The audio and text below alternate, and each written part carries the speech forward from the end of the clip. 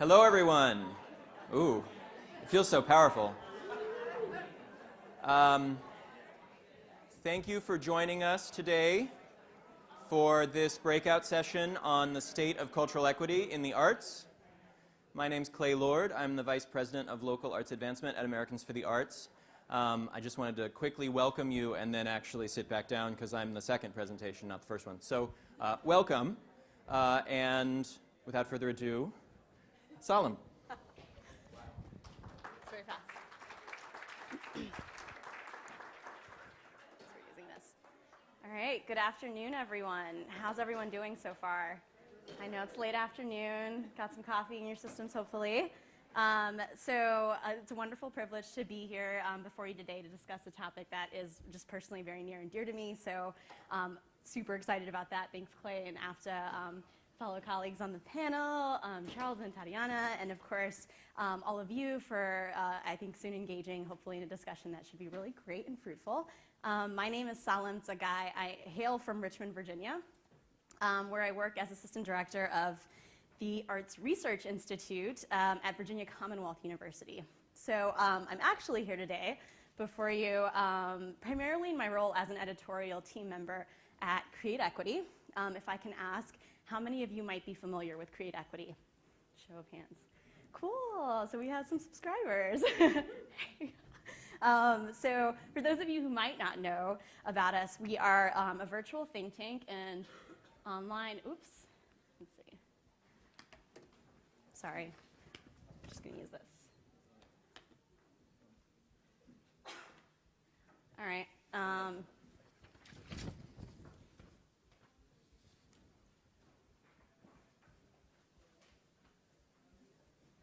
Awesome, thanks. Sorry. So we are a virtual think tank and online operation, so a publication that investigates the most important issues in the arts and what we can do about them. So to offer a bit more context before I get into the crux of this presentation, our interests really lie in research and evidence that can help move the sector forward and really towards achieving and hopefully sustaining a healthy arts ecosystem. So you might ask, what is a healthy arts ecosystem, or at least how are we defining that? And really it's one, sorry, I'm just getting my notes organized here. It's one that maximizes the arts' capacity to improve lives in concrete and meaningful ways. So that's our definition at Create Equity. This, we believe, requires a basic level of access to the arts for everyone, but also a cultural infrastructure that really puts this impact of improving lives in such ways first. So there are two core issues in which most of our investigations are rooted, and that is disparities of access to the benefits of the arts and the capacity to create change within the arts ecosystem. So when I talk about the ecosystem here, what I mean really are institutions, laws, conventions, habits that really shape the way arts and culture is funded, produced, presented, practiced, consumed, and experienced. So you might think that our investigation on today's topic, cultural equity, originated through the former, disparities of access, but interestingly, it actually emerged through the latter.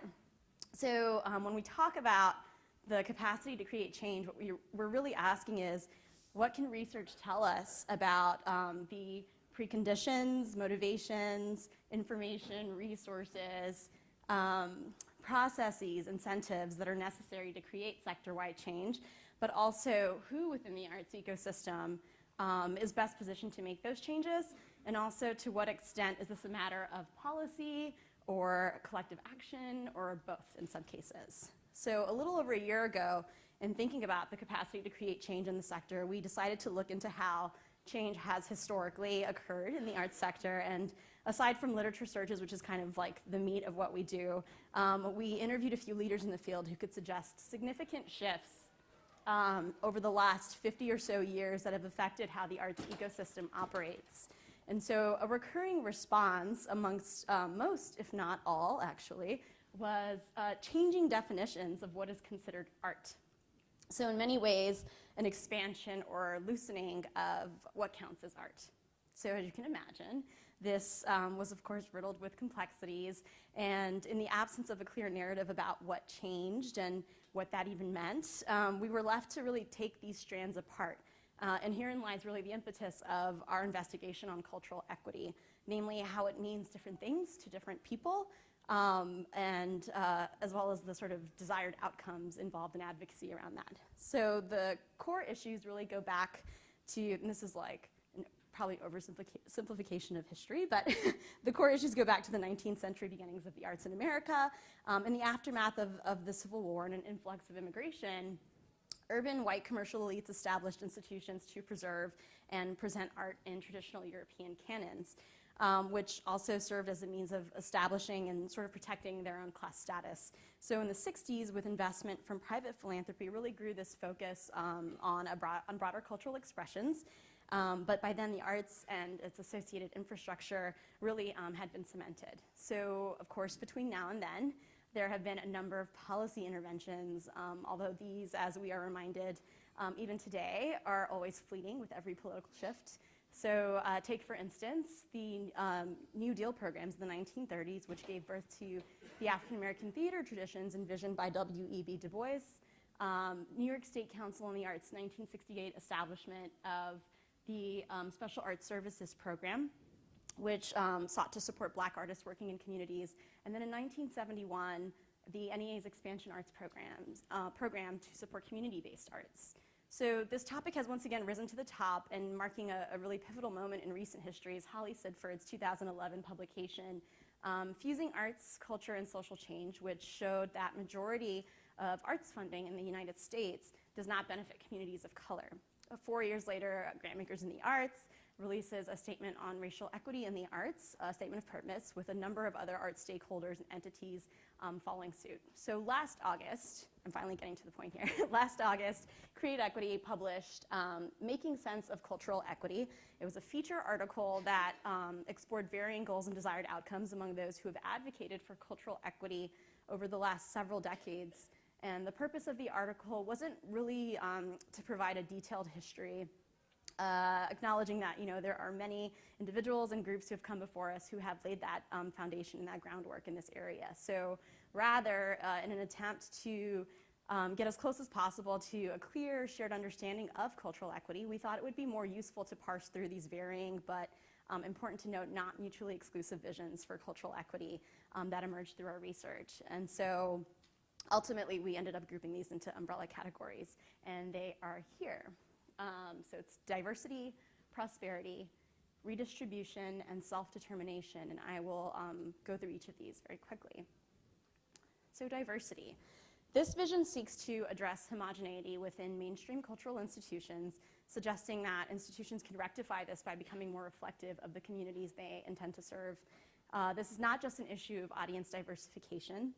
It's also about artists and the cultural narratives they represent, as well as staff and leadership that are involved in the planning and presenting of works. Keep in mind here that the programmatic is influenced by the infrastructural. So shifting demographics in the US paired with national stats that show long-term decline of participation in benchmark art forms has really made this an increasingly pressing concern over the years. Prosperity. So whereas the diversity vision assumes mainstream institutions can play a central unifying role in cultural life, the prosperity vision really considers growing and sustaining institutions started and led by artists of color. These include pioneering artists of the late 50s through the 70s who created their own organizations in response to the lack of existing opportunities for pursuing creative work. Think of El Teatro Campesino in California, the Studio Museum in Harlem, Alvin Ailey American Dance Theater, among many, many others, which have laid the foundation for continually emerging culturally specific or explicit institutions. Take, for instance, the newly opened National Museum of African American History and Culture in DC. Read. Oh, it went away. Sorry. You have to hit escape once. Okay. Thanks. All right. And redistribution. So returning to Sidford's 2011 report, here's a pretty staggering statistic. Only 2% of arts organizations in the US receive more than 50% of total contributed income. It has become clear over the years that people of color, rural communities, LGBTQ communities, and other socially and economically marginalized groups have less access to wealth to support their work. in the arts. And historically, their cultural contributions have been devalued by arts funders. So as such, proponents of this vision really believe that the best way to address this imbalance is through equitable redistribution of funds towards arts groups originating in and serving these marginalized communities. It's also important to note that this vision, unlike the previous two, does not have an institution-centric frame, which means that everyone should be able to share in the wealth, and all cultural participants should be afforded the opportunity to succeed. So here, advocates are really calling for a shift in the funding paradigm. And then last but not least, self-determination. So this one is like a radical departure from the status quo, and proponents of this vision are more interested in honoring and supporting models that are organic to their particular communities, and really look beyond established nonprofits, the established nonprofit arts infrastructure. So think about opportunities for arts participation in faith-based organizations, community centers, and even unincorporated groups. The vision also holds to the idea that the current nonprofit funding system is implicated in a legacy of racism and class hegemony. Understanding disparities of access as the direct result of global white supremacy, proponents move beyond redistribution and white capitalist models of success to advocate for actually dismantling racist elements of the system and creating alternatives outside of it. So here, the arts really operate as a mechanism for advancing social justice.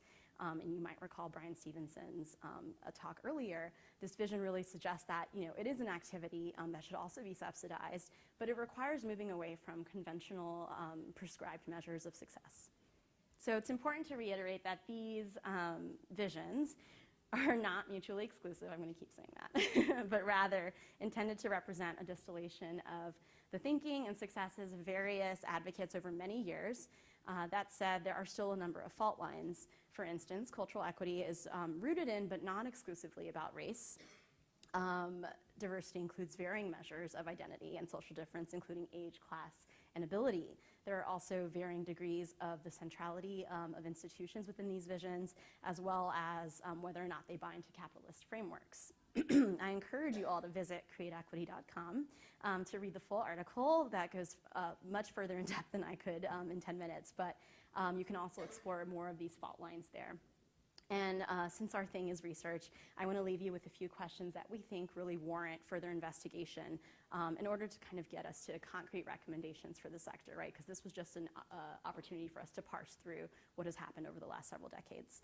And so we also, by the way, welcome feedback and recommendations from all of you as our colleagues in the field about what you think may have come up that could speak to this research since 2016 that we might not be aware of. So the questions. What are the ingredients of a cultural experience that people find valuable? And are they consistent across demographics? What effect does organizational scale have on the ability to create specific benefits for artists, audiences, and communities of color? Are arts activities designed to combat oppression effective in these goals? And how do they compare to other anti-oppression strategies? So to close, I just want to thank the masterminds behind this article and research, a list of authors and contributors that include Katie Ingersoll, Fari Zinga, Clara Ina Schumacher, Ian David Moss, our friends at Plural, Mina Matlin, Ingrid von Hastrecht, Caitlin Wittig-Menkich, and then our friends Andrea Lilly and Mark Vogel. Thank you.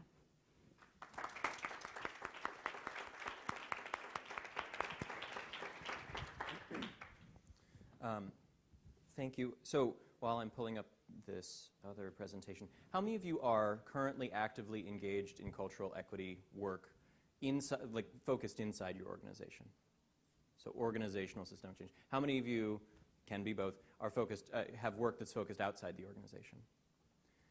How many of you either solely or primarily focus on racial lenses there?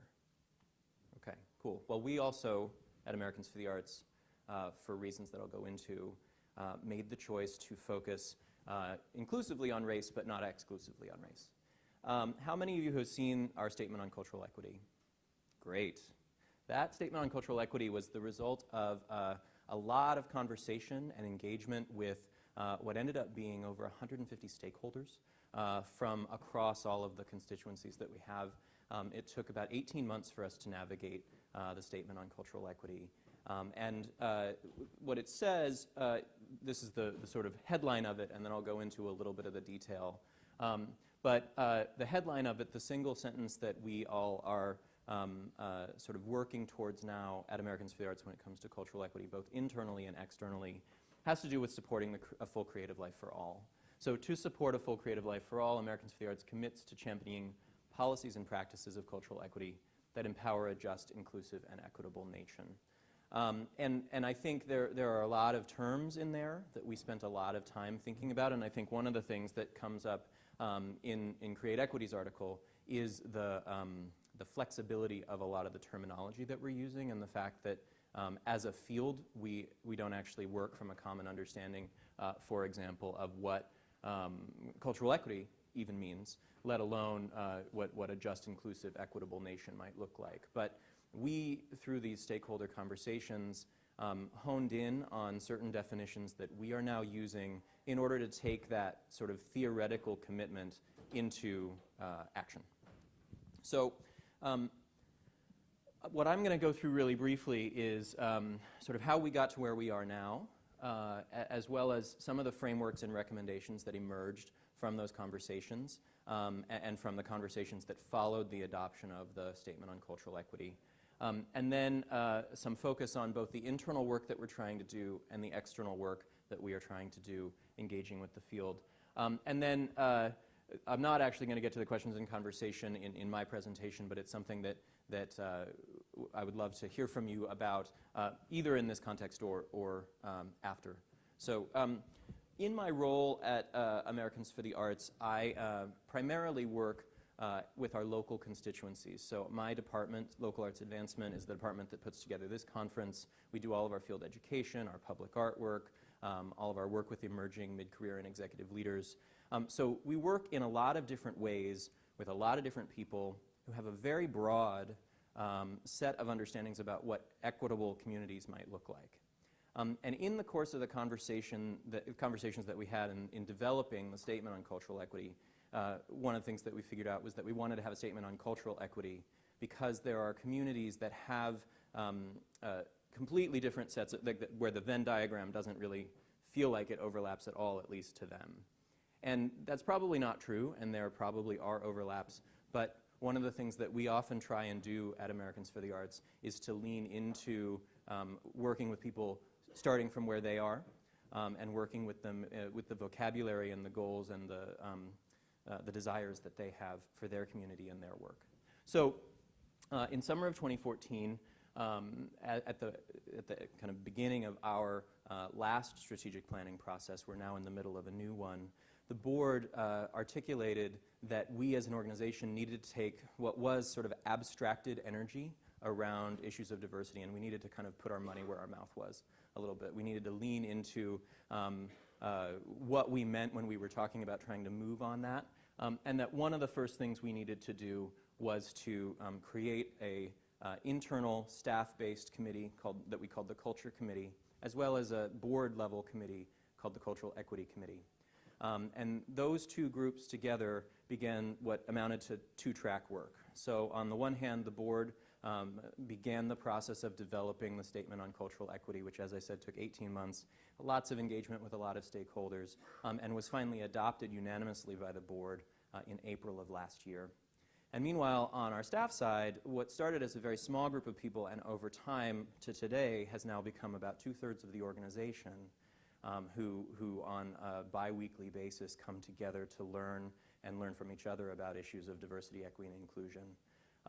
Began a process of trying to identify what we as an organization were trying to do for ourselves and for our staff and our employees and their relationships with all of the people we were working with when it came to diversity, equity, and inclusion.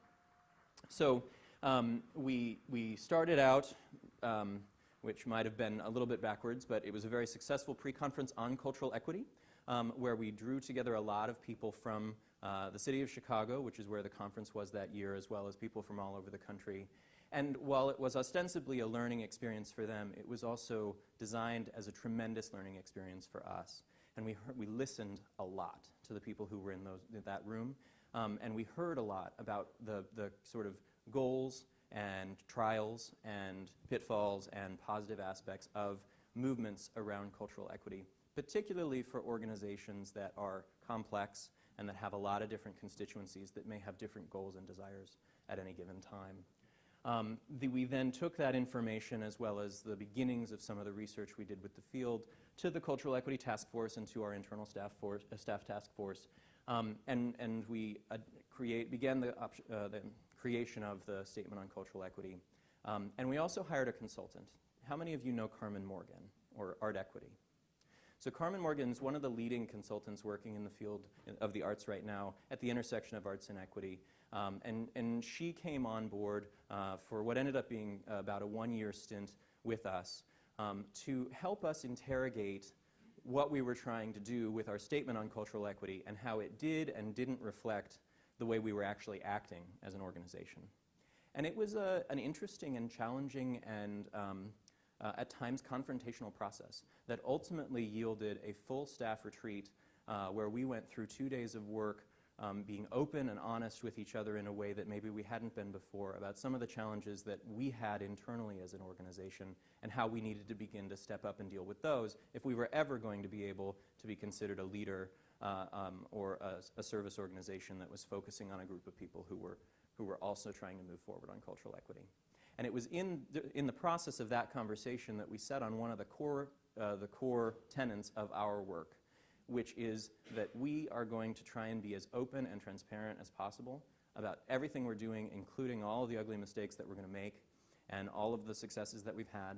And as we move forward, wherever we have an opportunity, where there's a document that's created or there's a set of questions that we feel like we've been able to answer for ourselves, we're going to put that out there and we're going to share it. And if you go to americansforthearts.org/cultural equity, you can see some of that information as well as the statement on cultural equity. And that's not to say that that's the answers for you. And the second big tenet for us is that we determined that what we were going to do was move forward in the way that was appropriate for us as an organization, and that we weren't going to make any assumptions or judgments about what was necessary or appropriate for anyone else who was doing this work. But instead, we were going to offer up everything that we had in hopes that it would be useful and to share our experience as we moved along and hope that people could take something from it. As I said, in April, the board unanimously adopted the statement, and then in June of last year, those of you who were at the convention got to experience the release of that statement on cultural equity. And here's some of the frameworks that were in it. So the first one had to do with pursuing cultural consciousness, which basically comes down to deepening each individual's understanding of the kind of spectrums and complexities of other people's cultures.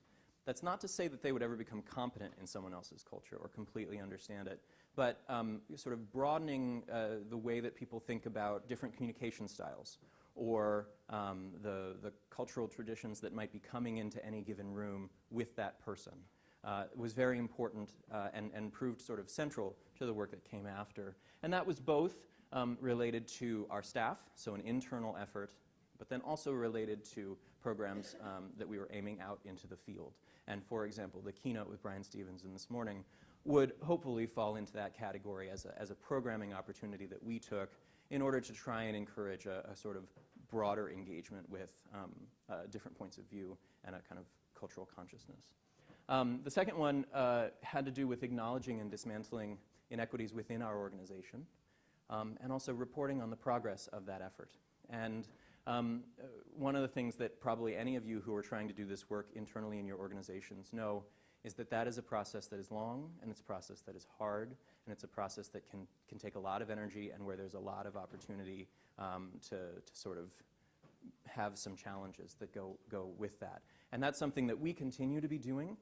We are in the process, as I said, of a strategic plan right now. And over the course of that, we're looking at every single program that we do with an equity lens and trying to understand from a programmatic point of view whether what we're doing is actually furthering or hindering equitable work in the arts sector. The third one has to do with the cultural leadership pipeline particularly, as well as expanding diverse leadership within Americans for the Arts. And that doesn't just include staff, that also has to do with our advisory councils, our board, as well as the sort of broad networks that you all hopefully belong to. And that is a process that we have begun in earnest. We've adopted new staffing policies that are sort of loosely evolved from something called the Rooney Rule. How many of you know what the Rooney Rule is? So the Rooney Rule is a rule that was initially created in the NFL. In the NFL, it had to do specifically with making sure that I think it's one of the top 3 candidates for the lead jobs in the NFL had to be a person of color. And it wasn't a quota system. It was a try harder and reach farther system. So we are adopting a sort of looser version of that isn't specifically race-oriented, but that is encouraging us to reach beyond the networks of people that we know to recommend jobs to. So reach out into other communities and talk to our constituents and try and make sure that we're getting a very, very broad group of candidates for any open position. And it has been really fantastic and successful and has allowed us all sorts of really interesting new points of view in the organization. The fourth one has to do with research, generating and aggregating research. So the work that Create Equity is doing is really fantastic, and it's something that we hope that all of you have read. And if you hadn't, or if you haven't, you definitely should. You should also take a look at our website, and particularly at ArtsBlog. There's a lot of work that a lot of different people in the field have done that we've asked them to write blog posts that summarize that research and provide links to that research as well. And then we also have been doing a lot of sort of primary research on issues of equity. So I'm going to end with a little sneak peek at something that probably most of you got. How many of you got some annoying emails from me about a diversity, equity, and inclusion demographics survey? Well, 3,000 of you responded to that email, and we are in the process right now of analyzing all that information. I'm going to share one graph with you to show you the kind of information that we're excited to be able to share related to that. And then the last one has to do with policy, private and public sector policy, and particularly policy that happens at the intersection of arts and equity. That has been interesting to sort of parse as a mandate from the board and how we act on that at a staff level. One of the things that we have done in that direction is sort of worked hard on Title I funds as they relate to arts education. Starting in California through a pilot project that we did with California-based partners, and now expanding that work to other spaces so that those Title I funds, which are specifically for underserved schools, are more and more being directed to arts education, which is opening up the opportunity for arts education for all those kids. Carmen came up with her own set of recommendations for our internal work as well, and I'm not going to run through all of these. I do want to specifically highlight that they had to do with more than what you might think cultural equity would have to do with. And a lot of it came down to understanding each other better, creating a culture where mutual respect was the order of the day, assuming that people always had the best intentions, and figuring out ways of understanding why their communication style might have come off to you in a certain way, but that actually is the way that they communicate and they're not trying to do anything offensive in some way. This also encouraged the development of a lot more programming on our part as a staff to help us as we were navigating these issues. And so, as I said, about 2/3 of our organization is now engaged in those. And I'll get to some specifics on that. And then the second to last one there, gathering demographic information, that's something that became a top priority for us. And let me just tell you that for those of you who filled out that survey, it was pretty short, and it was at the same time also about 8 months worth of work with a lot of stakeholders to make sure that we had the language as correct as we could, given that we were asking some very sensitive questions. We spent a lot of time writing about why we were asking for that information and going through draft after draft. So even something that ends up taking you 10 minutes to complete took us eight months to create, and we wouldn't have it any other way, and we really appreciate your participation. So to continue with how we got there sort of in terms of like from then to now, so we had an all-staff retreat, as I said. We had all these staff working groups that were formed, and eventually they together created 21 DEI or organizational culture related trainings that we are doing as a staff over the course of the year. It's an entirely internally generated effort involving sort of independent research on the part of enterprising staff members on issues like cultural appropriation, microaggressions, conflict management, things like that. And we also have gone through a large and collective process among 65 people to create a set of staff agreements that we all are going to subscribe to. And those have been adopted as part of our annual evaluation process, as part of our hiring process, as well as something that hangs in all of our meeting rooms so that we are constantly reminded of what our expectations are for each other. In the spring, so in the past few months, we've also sort of kicked into gear on a variety of proposals and writing related to this work that will eventually yield programs, but as you guys probably know, there's a lag between the idea and the money and the making. So we are in that sort of in-between space. Equity 360 is a program that specifically is focused on investment, alternate forms of investment or investment beyond grant making that puts an equity lens on how we distribute our resources, both time and people. New Community Visions is a kind of broad and comprehensive project about the role of arts in community life, and particularly the relevance of arts and culture to individuals from all walks of life and in all sectors, in all places across the country. And I won't cover all of them there. And then, little treat. So this is the kind of sneak peek of the demographic information. I apologize for the complexity of it. The main thing to look at there, the top row is the population of the United States, and all the other rows are you guys. And so this is educational attainment. And again, it's a population of about 3,000 people. You all gave us information about which parts of Americans for the Arts you were part of, and we will be parsing that information in order to understand what the network looks like, what the council that is sort of our advisory conduit to that whole network looks like, and then we're going to be cross-referencing that with our staff, our board, the general population, and so on. So one of the things that you can see there is that while we may sort of generally look the same as each other across all of our categories of membership, including staff and board, we look very, very different in terms of educational attainment from the broad population. And this is something that proves true over and over again, and it's something we're going to be writing about a lot in the results of this research.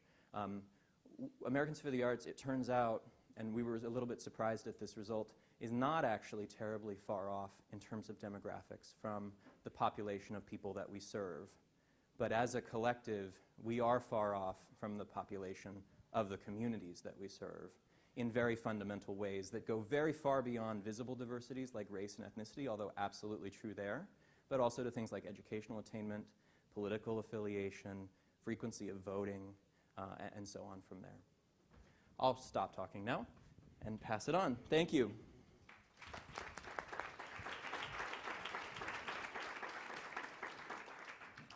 Let's see. Which one are you? Testing. Oh, you're up for this one, right? Yeah. Okay. That's my clicker. Yes, that's your clicker, and it's forward arrow. Great. Good afternoon. My name is Charles Baldwin, and I am with the Massachusetts Cultural Council, and I run an initiative, and I'm new for the state councils. I'm a theater guy, so that's my background. And I run an initiative at the Mass Cultural Council called UP, which is for universal participation. And we are looking through a lens of ability to talk about access. And this is a big issue, obviously something that we've been talking about. And I have to say, after a very rich day, I wish I could do my slideshow a little differently. Just to enhance a little bit. Massachusetts Cultural Council is the state arts agency in Massachusetts, investing as they do into the economy, into the arts economy, using lottery money. And I've been there for just about a year.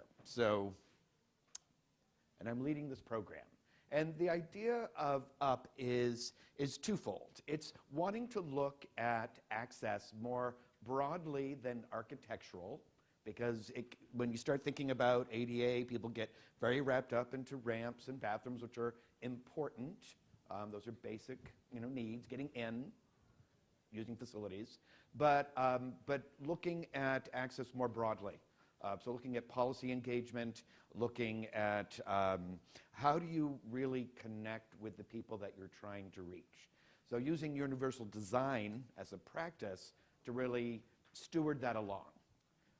Also, what I do like to think about is that UP is a journey and is something that we're constantly striving for, equitable practices, equitable policies, so that sometimes that first step, while it might be incremental, is really important, and you can't ever get to a place where you think, I've got it, because there's always going to be someone potentially new at the door.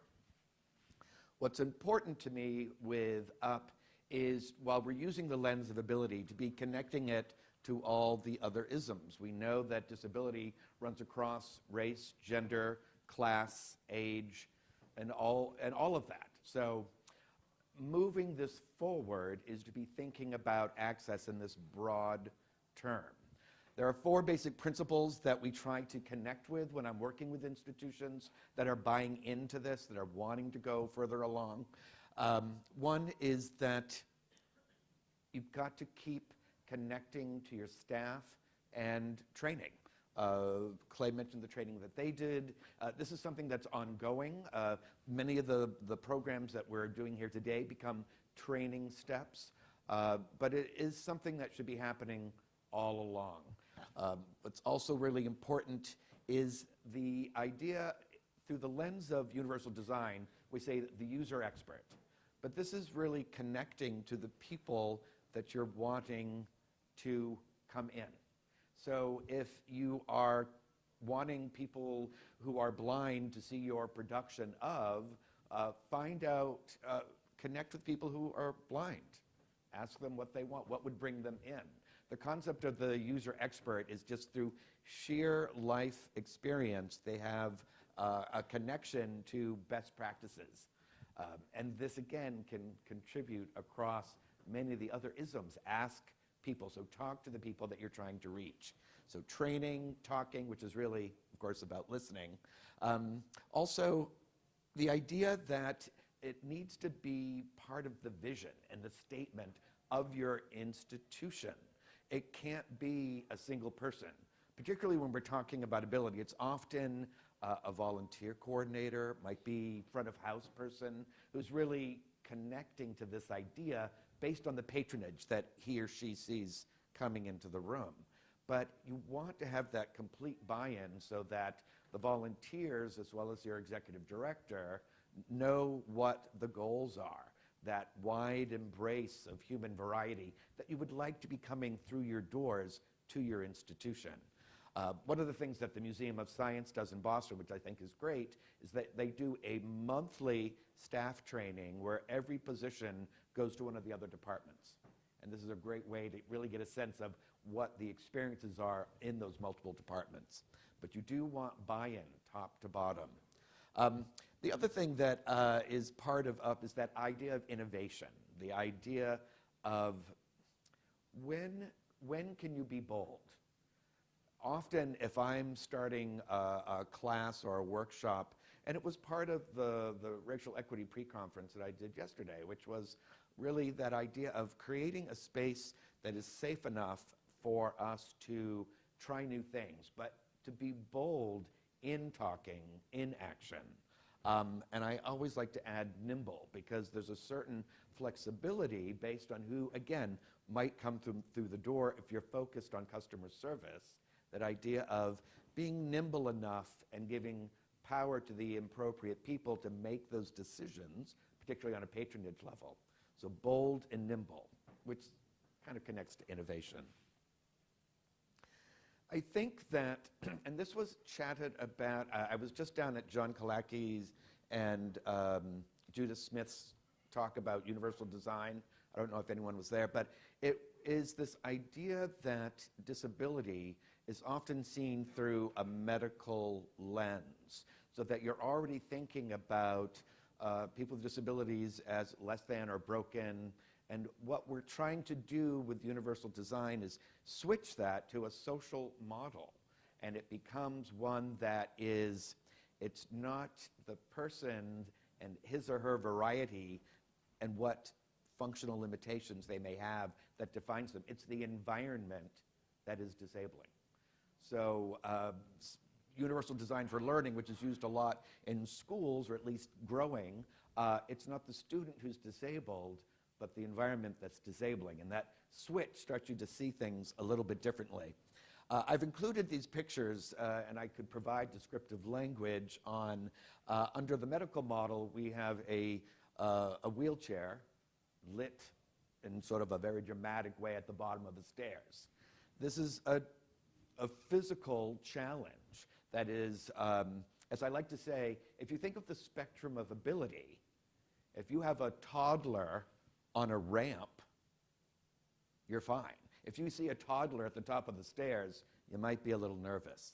So stairs can be a tricky place when you're talking about physical integration. So anyway, that photo connects to the medical model, that idea of this person, I've got to make this person get up those stairs. I like the spacesuit because in the environment of outer space, we're all disabled. And then it's really about the appropriate outfit. Isn't that always true? A choreographer I know in Boston, a man who's hard of hearing, coined this phrase, which I love as a hashtag, which is whenever he hears the word disability, he hears this ability, which I like. And I connect it to in 2002, when the World Health Organization was really struggling to define human functional limitations. And while it has defined it based on a series of circumstances, the key thing that I think resonates is that human functional limitations are very regular. This is a very typical thing. And again, it connects to that whole idea of a spectrum from toddler to elder and the various abilities that we have throughout. You definitely have folks who may identify by their disability, who are part of a movement. But once you embrace the spectrum of ability, you start seeing things a little differently, because the idea is that you are anticipating, intentional anticipation of variety. So some statistics. The numbers show that, again, ability is very regular. In the last 10 minutes, there have been almost 500 people based on trauma who will now have a functional limitation, a variety in their ability. The statistics below correspond to the idea that 1 in 5, so 20% of the American population, is someone with a functional limitation. The numbers of boomers, there are 10,000 people turning 65 every day. Those are big numbers. And when you're talking to leaders and executives, the idea that 10,000 people are turning 65 every day, this is often your donor population, it's often your board population, your subscriber population. So when you're thinking again about ability and the idea of who are you excluding based on services that you don't offer, you could be excluding quite a few people here. The other thing that's really happening a lot is 80% of young people with disabilities, most of them are brain-based. And these brain-based disabilities could be creating limited vision, limited hearing, but it's something to be aware of, which is why the idea of universal design for learning in a classroom is so important, because it's a multimodal method for reaching kids. I like to think of the ADA as a civil rights issue, which is why it connects to the idea of this radical embrace, which shouldn't be radical, because it's our very regular human variety. And the things to remember about the ADA is that disability, physical or mental impairment that substantially limits a major life activity, that's the definition. But full and equal enjoyment of goods, services, facilities, or accommodations from any place of public accommodation. So it was brought up in the other session, and I work for the Cultural Council, so that's a state funder. But the idea that you can check a box and say you have an ADA coordinator, that you are achieving, I've got a ramp and I've got racks in the bathroom, that you're achieving what the ADA floor is asking you to do, but you're not really going far enough. You're not going deep enough into how to again, intentionally anticipate our human variety. And John, who works for the Flynn Center, is saying that funders should not be funding you if you're not meeting at ADA. I didn't say that. I'm quoting John now. I like to think of myself more, I'm not punitive, it's more, I'm a theater guy. Again, Mickey and Judy, let's put on a show, let's do this right. The ideas, which also connects to ADA, is again, that design itself becomes a civil right. The idea of being able to intentionally anticipate this human variety. Things to remember, though, with the ADA, there are some legal obligations. And some of the words used in the ADA or the phrases are large and can have a great deal of impact. Ensure effective communication. For many who have theaters or places of assembly where you have recorded sound, that means that a percentage of amplification devices need to be available. Okay, so that's something to ensure effective communication. Now, we know that deafness itself is on a spectrum. Amplification isn't always the answer, but that's, again, the algorithm that they've worked out. I think sometimes, again, proper signage, the exit sign, that becomes key. Assisted listening devices are part of the ADA, but I would say, who's in marketing and communication? Who has, I have heard this before, we did a performance, we had it ASL interpreted, but nobody who's deaf came to the show. Well, I would then say that you're not effectively communicating that you're offering an ASL interpretation so that folks who are deaf who speak ASL would want to come to your show. So effective communication is, again, broad, and while it might have some very specific ADA definitions to it, I like to connect it to communication and marketing. Integrated settings, the goal of the ADA is to, again, have that radical embrace of everybody being in the room. And so you can have physical integration because you've got a ramp into the room and the bathroom is accessible, but what about the classroom? Someone brought up, again, at the session that John and Judy were doing, is that she has these folks who have been going through rehab and using art as a sense of rehabilitation and a sense of well-being, but they want to continue it. So she was asking, where do people go for classes? And the answer is, they go to any class and they ask for reasonable accommodations, because that is the law.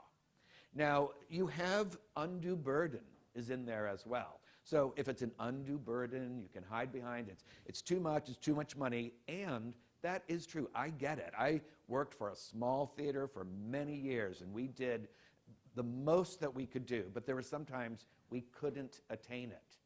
But the story for reasonable accommodations that I like to tell to give you an idea that you can't hide behind the phrase undue burden that easily was the hospital who hired the nurse who was deaf and used ASL. The hospital suddenly realized, because she requested an ASL interpreter to go with her, that they would need to hire a second person, an ASL interpreter who was skilled in the language that the nurse would be using. And so they said, no, we're not going to do it. That is not a reasonable accommodation to hire two people when we thought we were only going to hire one. And they lost. It was considered a reasonable accommodation for this nurse, this skilled nurse that they hired, to have this second person to offer the language translation. The good end to that story is that the hospital, while they may have been like, oh, I have to hire two people, they decided to become the center for deaf health care, so that they saw it as an asset as opposed to a hindrance. And that's part of that being bold and being nimble.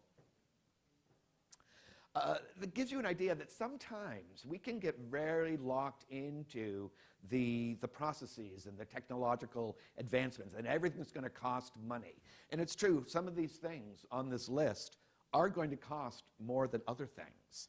But some things are already happening. I have friends who are deaf I text with all the time. That doesn't cost me anything.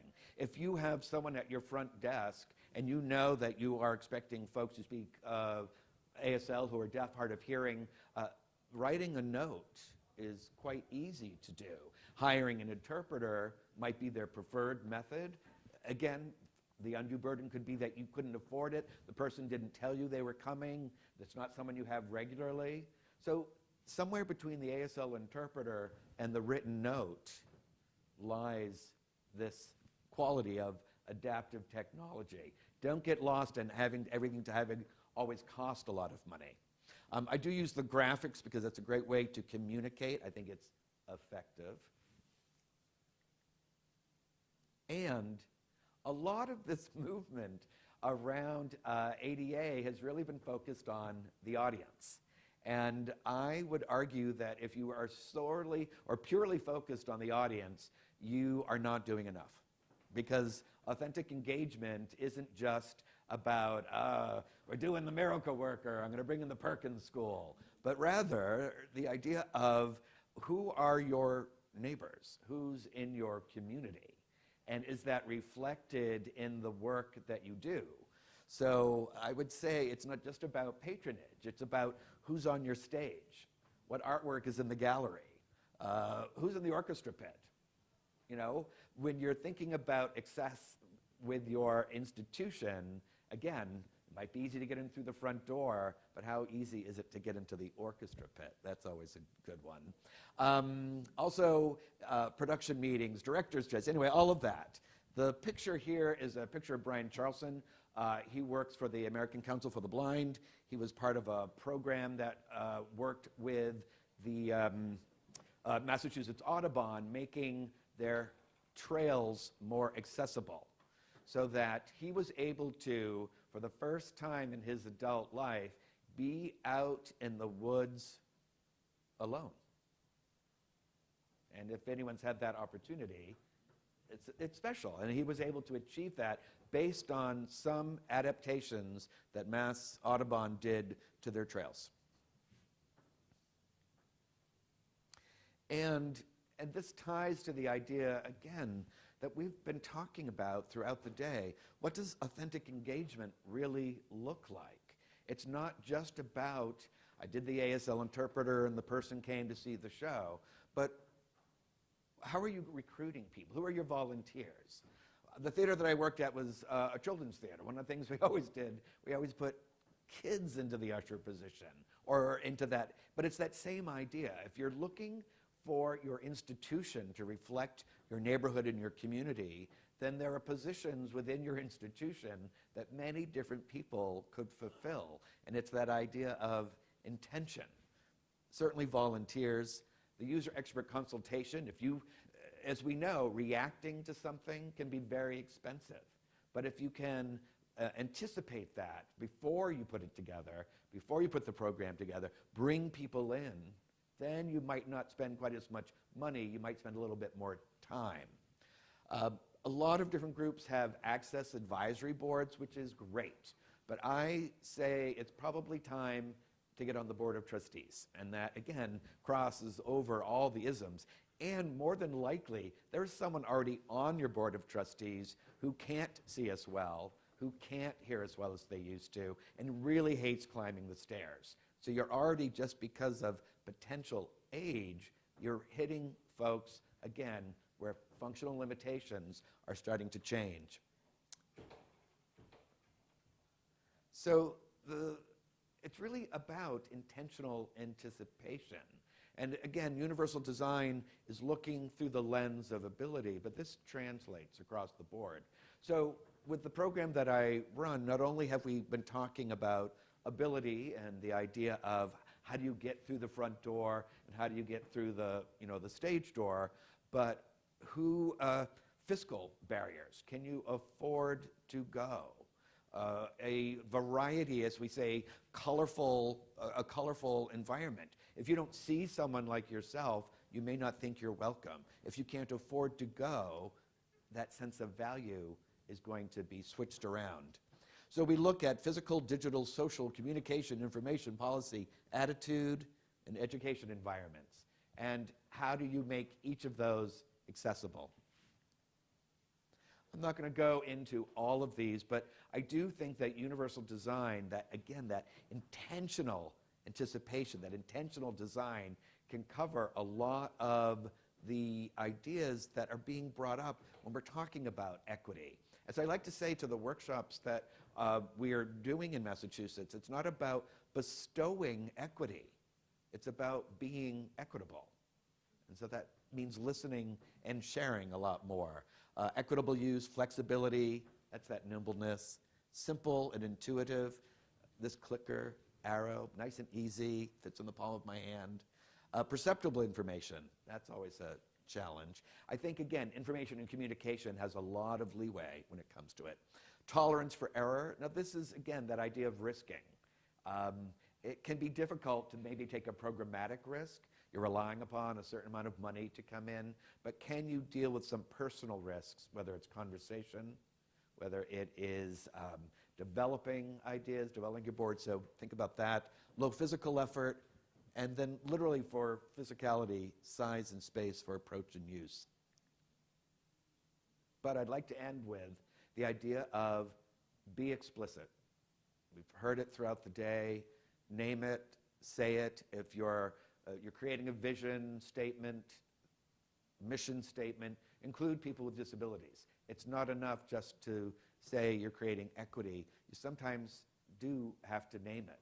If you're putting on a program, so Judith Smith runs a great dance program over in Oakland, Access Dance. It's physical integrated dance program. Dancers with and without mobility devices, a new vocabulary of movement. So on the one hand, you want people not to get locked into the idea of, oh, it's a disability artist, but you don't want people who use wheelchairs to miss it. So it's really about how do you make the message global and also target it. Be explicit, use photos, and just remember that, again, disability runs across the gamut. I see this all the time where the movement, the disability movement is, we're just like you, and it's always generally white folks, probably sporty. Adaptive sports are big and hot, again, because we're just like you. But it's that idea of remember the variety and the power in our diversity. And thinking about ability, think about color, class, race, gender. And that's it. But it's really that idea of be intentional, be purposeful, and be nimble.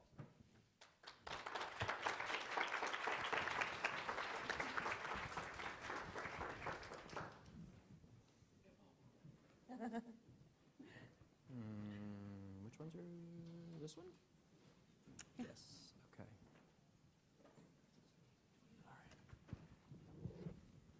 Well, good afternoon. Buenas tardes.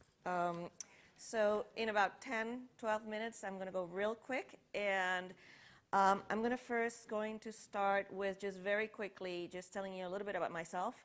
And the reason is because really I'm going to talk about values. And when we have conversations about equity, we cannot it's all about where we come from, our upbringing. I mean, all of that, it's really a big part of the work that we do. So I am born and raised in Puerto Rico. I'm a dancer, musician, museum curator, and art historian with a specialty in Latin American and American Indian art. I worked for Telemundo, Spanish television. I worked in the Federal Court of Immigration, and I was in Denver the first interpreter that actually did simultaneous interpretation.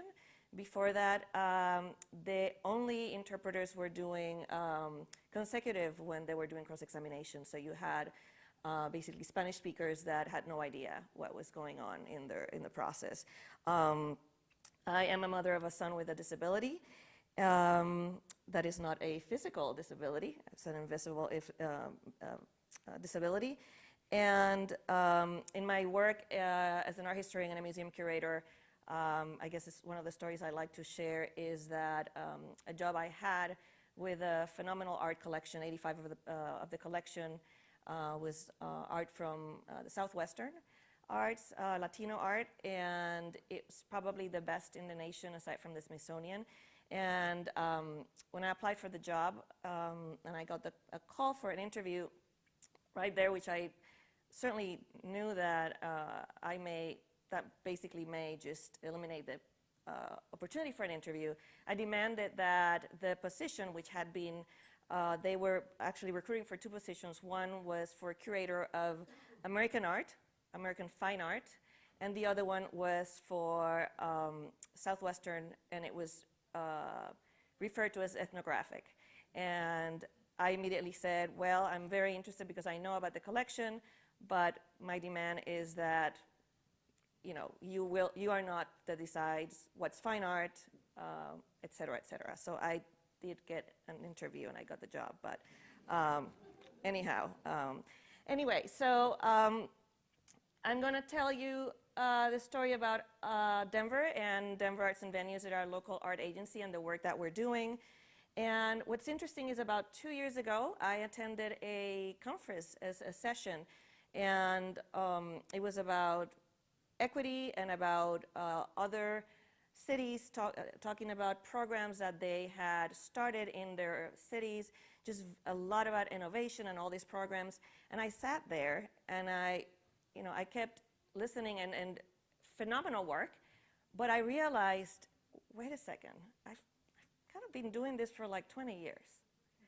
I don't know how to not do the work thinking about equity lens. And I realized that this national conversation, this national conferences and focus, which is fantastic because we are talking about it, was very much part of the work that I knew how to do because I didn't know any other way. And that's when it goes into values. Basically, I knew that was that the work I do, especially in a local art agency, it is my job. My job is to engage and serve all residents, all communities. And at that point, I realized that everybody was talking about we need to not just walk the walk, but talk the walk. And I realized that I had been walking the walk, but for a long time, for many years, kind of quietly.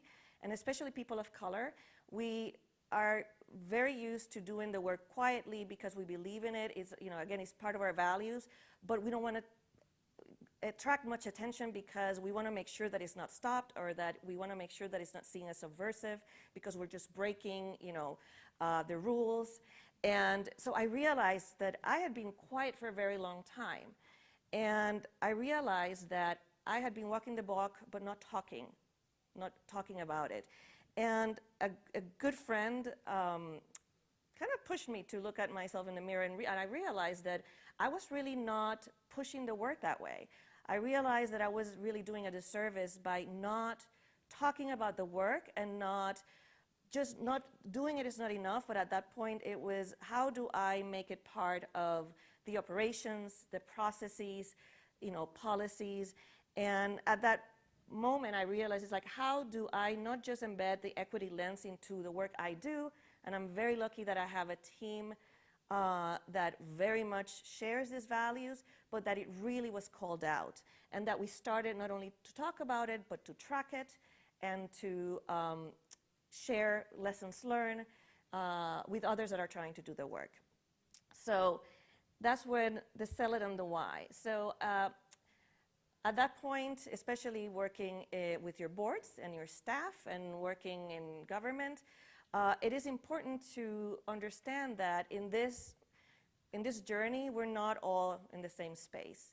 I would say that obviously maybe I'm here, always learning, and my team is here, but maybe depending on who you're working with or your groups, they have the best intentions, but maybe they're over here. And how do we then create a space where they understand that it's not just the right thing to do, but the smart thing to do? So these are just a few nuggets, and I'm sure you all know this information, but I think it's a good place to start. Why does it matter? It's just going back to that data. Obviously, demographics are shifting. It's happening whether we want it or not, whether we're ready or not. Our country is changing. It's smart. It is the right thing to do. And again, in my position, I actually feel very, very lucky, because as a local art agency, it is our job. So if you're in an organization, maybe You need to convince your board that is important. You need to convince your board that it's not just about audience, but it's about what your staff looks like, what your board looks like. In my case, I can very easily say, well, it is my job. My boss, who's in the back, and the mayor, they are expecting that we work to serve all of our residents.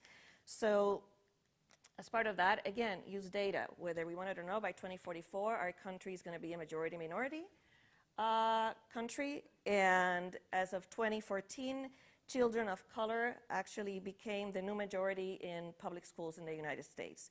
So again, those are all things that I think is important for us to remember and to bring attention to. For us, we have a cultural plan, Imagine 2020, that we launched in 2014. And accessibility in every sense is part of one of the key vision elements, so it's at the center of the work. And again, as an agency, I'm able to say, well, it's part of our cultural plan, it's part of what we are committed to doing. Again, currently, we already have current majority-minority states, so again, it's happening in our country, in our nation. Let's see. This is how it used to be. And nothing against these three individuals, but the reality is that we're changing. And we just have to embrace that. I'm sure the next slide, everybody has seen this. And I think, again, it's important in terms of language. We're talking a lot about language in the racial equity pre-conference, that we talk about diversity, inclusiveness, and equity. It's very important that we define these terms within our organizations and our staff to ensure that we all have a clear understanding of the work that we're doing. And Charles talked about ability, and I'm sure about ramps, and I'm sure you're familiar with the curb cut effect, which is basically laws and programs that are designed to benefit those that are most vulnerable, and at the same time, those end up benefiting all of us. And in the 1970s in Berkeley, there was a gentleman that poured, in the middle of the night, poured cement to create a ramp. And again, it was a big deal. Then, of course, our laws changed, the world changed. What was interesting is then people, parents with strollers, and people that were traveling and had suitcases, and workers with carts, it ended up benefiting all. So what are we doing in the work that we are doing at Denver Arts and Venues? So I would say that, and hopefully you'll get some, I can share some lessons learned and hopefully some tactics that you can use and take back to your organization. So again, I talked about identifying and define those desired values. Again, there's many different definitions, actually. Americans for the Arts has one on their website. Go and take a look at it. In very, very quickly, diversity is about who's at the table. Inclusiveness is creating a space of respect and welcoming. And basically, to be inclusive, you have to be diverse.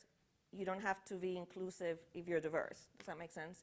So again, it's going beyond just making sure that you have people of different races or abilities on, let's say, your board, but how do you create a space where all of those perspectives are valued?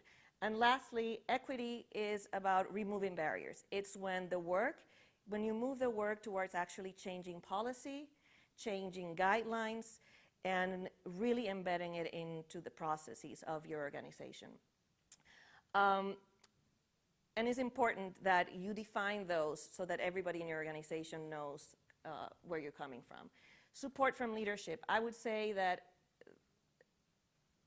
that's just critical. I would say if you don't have support from your leadership, you may end up doing the work as I did it for a long time, just very quietly. But especially in this day and age, I would say that's a must. And that may be, it doesn't necessarily mean that your executive director is going to do the work, but it's that it's supporting that work.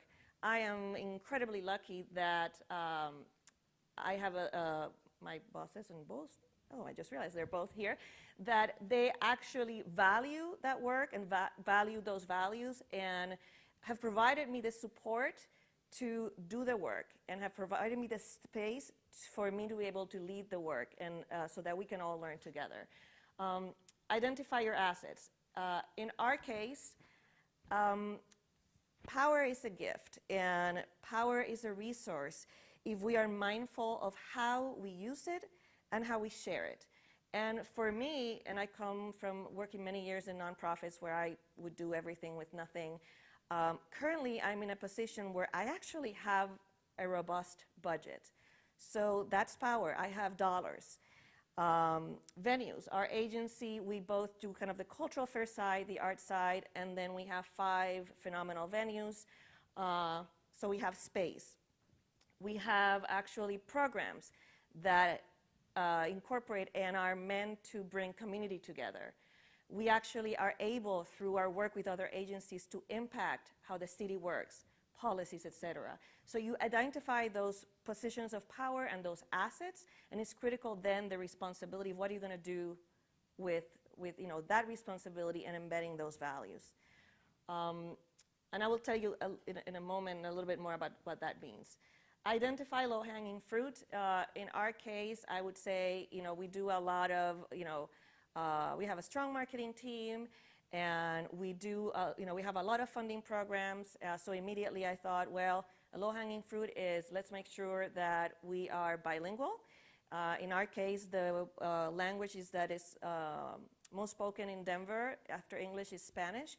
So again, that was kind of an easy one that we could achieve very quickly, and at the same time, it would make me feel good about doing something quickly. So that's something that we immediately started to do, and we started with those documents and programs that were meant to benefit the community directly. So funding programs, public art opportunities. So those programs, that's where we started. Then we started translating every single press release and working with the mayor's office so that they would connect with different communities. So again, what are those things that you can do quickly? Research, research, research, and get involved. Again, I told you about 2 years ago going to that session. I spent about 1.5 years just reading, researching, joining organizations, just doing really a lot of the work, because as much as I've done the work, often you need, in order to create that context of learning, it's good to have that data, it's good to have that research, it's good to have those articles so that that can support you in creating that space. And at the same time, especially as a woman of color that often goes into a room and I'm the only person that looks like me, or I'm the person that's saying this is important work, it's heavy. And often, it's not easy to be able to say to colleagues, and equity work is important, because in the back of my mind, I'm thinking, yes, I'm the brown woman here saying we have to do this. So for me, it was important to also bring colleagues to bring that message, and to have others that may say the same thing I'm saying, but to bring them and share that message so that you are not alone on that. And currently, at least on a quarterly basis, I share articles and research that I've read and that I use to guide the work with my staff, with other team members, with our executive team, with our commission, again, to help create that space. And then at our staff meetings, we talk about them and bring questions about it. And finally, create a plan. I would say finally, because again, it's been 1.5 years in which I've just kind of prepared myself to be able to create a plan that then I hope to have others, just asking for feedback. This is a plan, not that I sat down and say this is what we're going to do, but I spent time interviewing community people, interviewing others that have done the work, interviewing people that are doing this work at a national level, to really look out and hope that you can learn from what others have tried, what has worked, what hasn't, and I think that is incredibly important. internal effort. So I'm looking at this work in terms of what do we do as an agency internally with regards to our staff and our leadership. Again, research and development, best practices, defining the values that I talked about. I would say that, and start small. So my team, which is a team that focuses on the cultural affairs side of the agency, they're my kind of like guinea pigs, and it's a way to really try and test and fail and all of that, because that way, then I can take it to the next level of the agency, which is a much larger group. And again, my group is kind of over here, and maybe the agency is not at the same space. So I start small.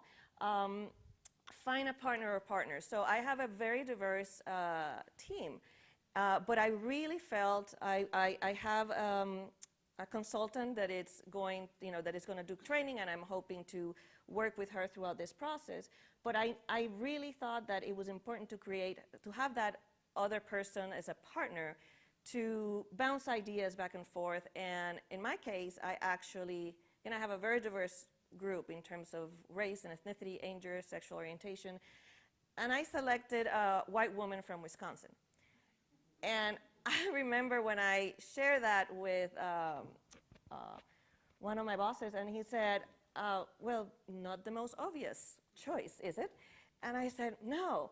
But that was actually very intentional for me. So remember when I said that our values, our upbringing is very, it's basically makes who we are. In this work, what I needed was not somebody necessarily that was going to sit across me and say, yeah, you're right, and I feel you, and I have that, don't get me wrong, but I really needed to have somebody that would provide a very different perspective, that would challenge me, that would say, well, you know what, yeah, the city's big, and I know we're committed, but what about all these other people that you still, obviously, is your job to engage. And also, we do need white allies. And she actually was the person that even before I had done this work, when Ferguson, when a lot of things happen at a national level, she's the one person that actually would come to my office, sit down, sometimes in tears, and I would be like, okay, it's gonna be okay.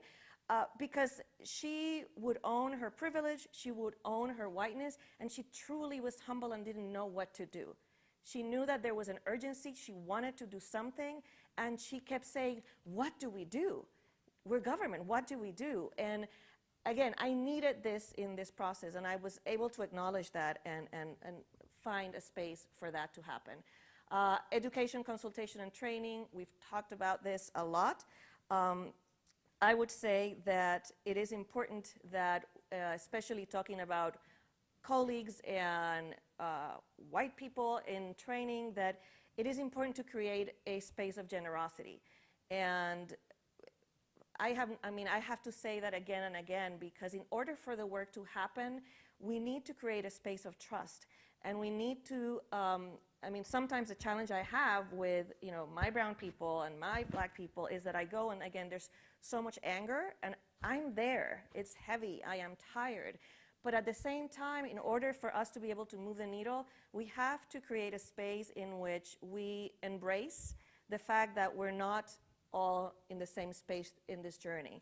I would say in terms of evaluation and tracking, we're looking inward, we're looking at every single program that we have, and we're asking the question about, in terms of decision-making processes, who's at the table, who's not, why not. Some examples, our public art program, we have selection committees in which are very much about community decision-making, and you have no idea how many times I've said, you know what, we're not ready. I look at who's represented and say, okay, we need to look further. We need to make sure that we are truly representing the community. And yet who's not there and why. And then in funding programs is also asking, and I love this about Policy Link uses this framework, asking the question about who pays, who decides, and who benefits. And that's critical when you're looking at those programs. Also, one actually of the studies that you showed in your presentation, in terms of responsible philanthropy, responsible funding, they say that at least 50% of funding in terms of foundations, et cetera, should be to support marginalized communities. So again, and that's to bring that equity into the work that has been done for decades, if not more. And I would say is also, I remember when I talked about my staff about, again, this needs to be embedded in everything we do, and they were all for it, and then a team member came into my office and she said, I am there. This is awesome. What does that mean in the work I do every day? And for me, it was, again, humbling. It was like, oh my God, touche. So I sat down with every single member of my team, and I said, okay, what's your program? You are managing a funding program.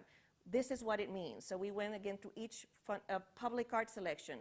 Who's selecting? Where are the commissions going? How are we paying artists? Are we paying artists in the urban arts program that are doing murals the same way that we're paying artists that are doing huge commissions of budgets of over $100,000? So he's asking all of those questions and really make it clear to those staff and team members so that they understand what using a lens means in the work that they do every day.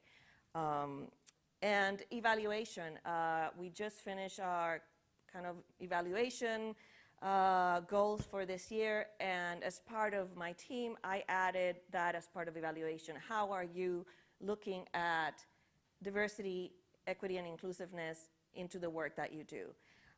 That way we are all accountable. And again, it wouldn't be fair for me to say, I'm going to evaluate you without saying exactly what that means in your program. So that's directly connected. And the hiring process. Again, I'm going to be working with our HR office, but there are ways that you can ask questions in an interview process in which you can learn about people's commitment or people's understanding. You can ask a question about what is your experience working with diverse communities?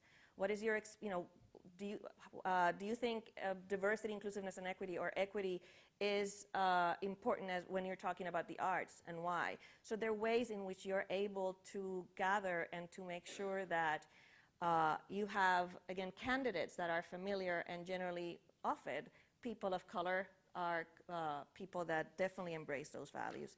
And then, of course, external efforts. Again, we're doing a lot internally right now, but in terms of external efforts, I would say we talk about community engagement and building community partnerships. I do not plan about me without me. I always think about this. So do not go into a community uninvited. Do not helicopter in and say, well, we are just bringing a gift to your community because you need it so badly. Again, if you're thinking about programming, make sure that you're being thoughtful. Again, who are you talking to? How do you become a trusted outsider? Who do you identify as the thoughtful intermediary to connect you with that community? How do you build those connections? And those are critical in terms of partnerships. And because what I would say is that there is historic distrust of what appears to be goodwill. And we may have the best of intentions, but we are already going to communities in which they do not trust you, they do not trust us, they definitely do not trust government. So how do we create a space in which you become a partner and you provide the power and the resources for them to do the work, and you basically facilitate. So I'll end by just giving a couple of examples of ways in which we have, I would say, embedded the equity lens. As I mentioned, it is very much part of our cultural plan and is very much part of the work we do. The Cultural Partner Program, so I talked about assets. We actually own and operate 5 venues in our agency: the Red Rocks Amphitheater, the Convention Center, the Performing Arts Complex, the Coliseum, and the McNichols Building, which is a historic building. It used to be the first library in Denver. And in 2012, the McNichols building was added into our portfolio. And at that time, really, I had just started at the agency, and I really looked at that space as an asset. And I thought, what is our role as an agency? Is our role to come in and curate and offer programming, or is it to really address a need? Is it to really create a platform to elevate the creatives in our city? So what we did is a cultural partner program was developed. This is a program in which about, I would say, 50% of our bookings are the typical weddings and parties, really to keep this space sustainable. It costs us about $1,000 a day to keep the doors open. 50% of our bookings are through a program that anyone in the community, you don't have to be a nonprofit. It can be a creative business, it can be a group of artists or an artist, it can be a nonprofit, a grassroots organization, can apply to use this space, and as long as it's for a creative endeavor, and that can be defined in whichever way the group decides how to define it. I mean, it can be knitting, quilting, or it can be a performance, or we waive rental, and then we have a fund that we support implementation. As you know, especially with small organizations, there's no money to pay for setup or cleanup or security, so we cover those costs, and then we also give a stipend to support actual implementation and programming. So it's really mission-based, and we're looking at that ongoing to ensure that that we create that space. And what I would say is, for me, it was really important. We just went through a renovation program, a project, and we reopened last year. We've added spaces. It's just a gorgeous space. And I've always thought, if this space is good enough for a huge gala, it's good enough for our community, it's good enough for our creatives. And we want to create that space. The Imagine 2020 Fund, again, what are our assets? We have dollars, and we offer through a grant program for anyone, and again, that could be artists, organizations, and they have to show that they are supporting the cultural plan in one or more of the 7 vision elements. So again, it's very broad, really embracing what all creatives and artists do. And again, we fund those programs. And I have to say, for example, the Cultural Partner Program, the application is literally 1 page. It's just tell me what you're doing, just tell me what you need. And that's critical also in terms of creating an equitable space. Exhibitions, again, we at the McNichols building, which is at that space, we have currently we have an exhibition created by all artists of marginalized communities. So how to create a space in which we allow for those creatives to tell their own story, and really just support that. Partnerships, what I just, again, talked about. And the last one I will mention, and I'll end with, is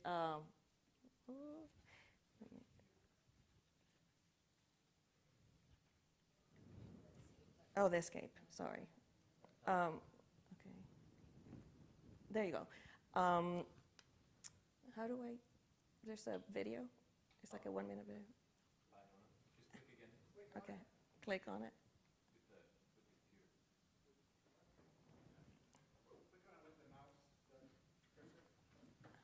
Thank you. Let me see. This PSUR Here grant funding opportunity is really important because it provides a unique avenue to get innovative projects done. PSUR Here connects artists to the city in a way that galleries cannot. We are here for this amazing prayer wheel. This is one of 3 prayer wheels that artist Deborah Zhang has placed in neighborhoods around the city. There's one here in 5 Points, there's one in Westwood, and there's one in La Alma. I thought it would be great to use the ancient tradition of the Tibetan prayer wheel as kind of a metaphor for community engagement to bring neighborhoods together in creation of an interactive art installation. There is a huge diverse population in this part of the city, and all of the people here need to find something that brings them home and finds peace. That's what this canister does for us. So the Sun Valley Dumpster Beautification Project, basically what we're doing is going to all the housing projects and painting the dumpsters that are out in front of the street. We wanted to decorate them a little bit for this community, kind of give them ownership of their own space.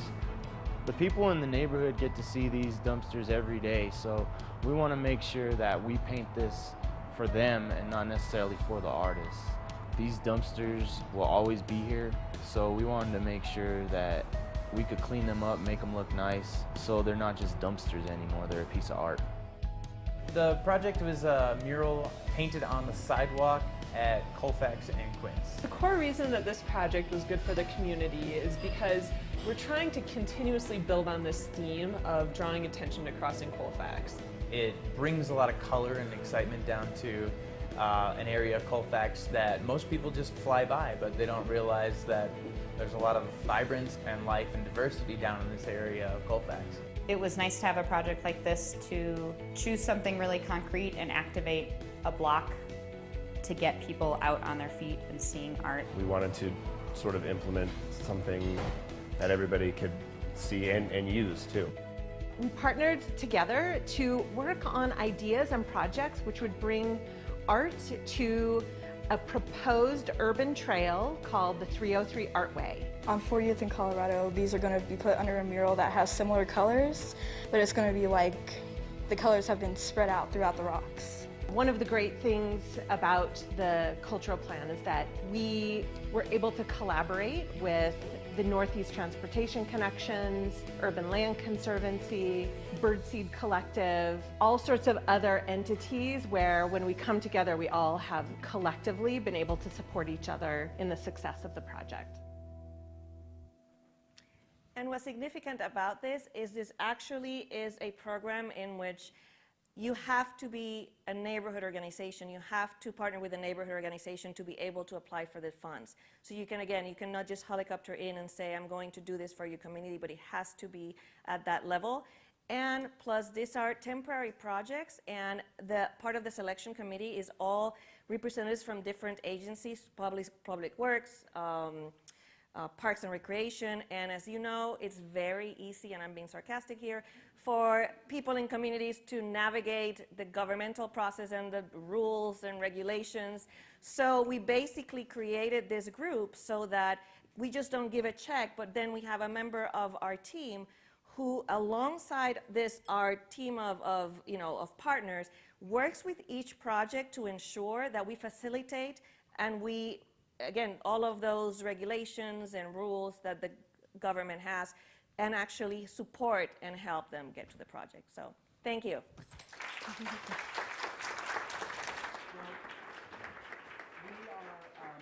are actually at time. We'll sit up here for a few minutes if you have any questions. I'm sorry to not have an open Q&A opportunity, but if you have any questions for us, please feel free and come up. Otherwise, the Arts Action Fund reception starts at 6. The opening reception starts at 7. Head down to the lobby at 6:30 to catch the transportation over the Exploratorium, and thank you very much.